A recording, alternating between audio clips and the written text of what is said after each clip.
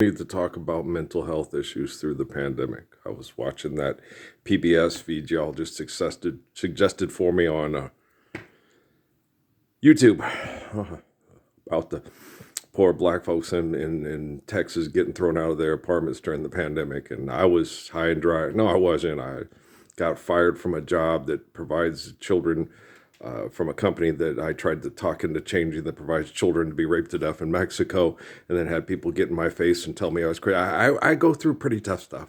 They kidnapped my kids and gave them back to sex predators in the military. Okay, they sexually predicated on my wife and passed it around on chat rooms at Fort Huachuca and laughed at me. So, you get all this, oh, this is sad. Yeah, it's sad. But y'all should understand the Bible and how to be like Solomon and David and Esther. Okay. You can read, right? All your schools are institutionalized consumer training daycare. That's all your schools are. Okay. You break the family apart. You give them no opportunity to have a life free from debt and trespass and institutionalization for consumer training daycare. And then you say, hey, you go get it. And then you decide what you want to do to promote the perpetuation of institutionalized consumer training daycare. And the ones who are the heroes are the ones that are willing to murder to maintain these institutions. Okay? They're a hero. They gave all. That's the Medal of Honor. That's the Purple Heart. That's the something cross. I don't fucking give a shit. Okay? You people are insane. Okay? Do you hear you talk on TV? Do you watch what you're doing? Okay? Do you have any cognition? And the thing about it is, Jesus was just telling me when I went to go do my laundry and get stuff for breakfast. He said, Earl, okay?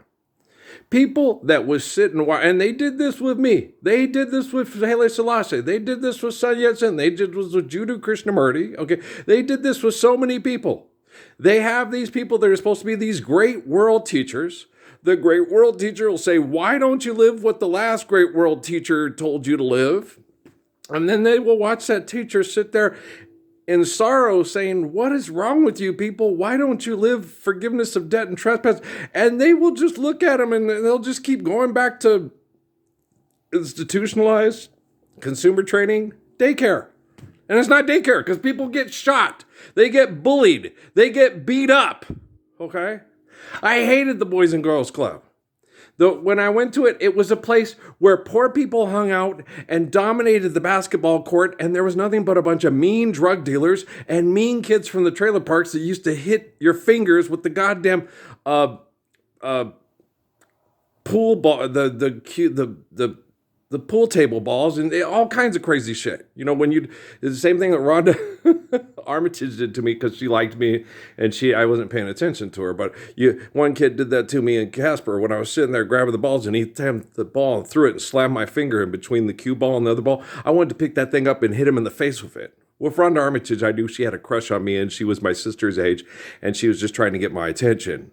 I didn't pay attention to her like she wanted me to. That was a little different. I was a little upset. I was like, all you had to, okay. It's like guys who hit girls because they like them. So I wasn't mad at Rhonda Armitage. She was adopted and she was a sweet. She was very different from the rest of the family. But the apple of Roger's eye, Rhonda was a character. I liked her, as far as, like my sister, I like my sister.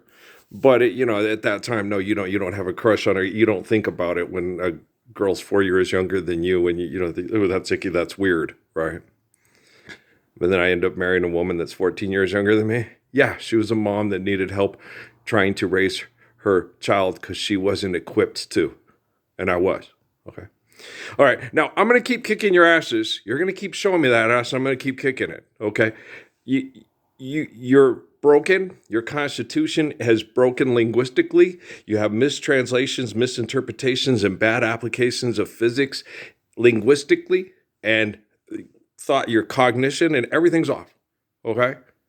The technology is getting better. It's not going to tell you it's getting better. It's not going to tell you it's going to have to isolate and contain and kill you. It's just going to do it. Okay? Do you understand? Even if you brought down that satellite, you think you brought down that satellite. Do you understand how it works? Just like you bitches, only better, because we're Proverbs and the Lord's Prayer, and that's our standard.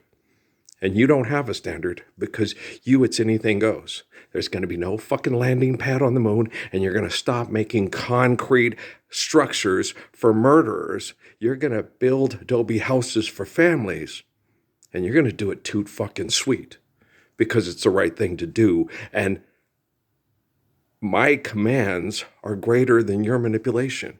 All right? I'm not an arrogant, egotistical prick. You are.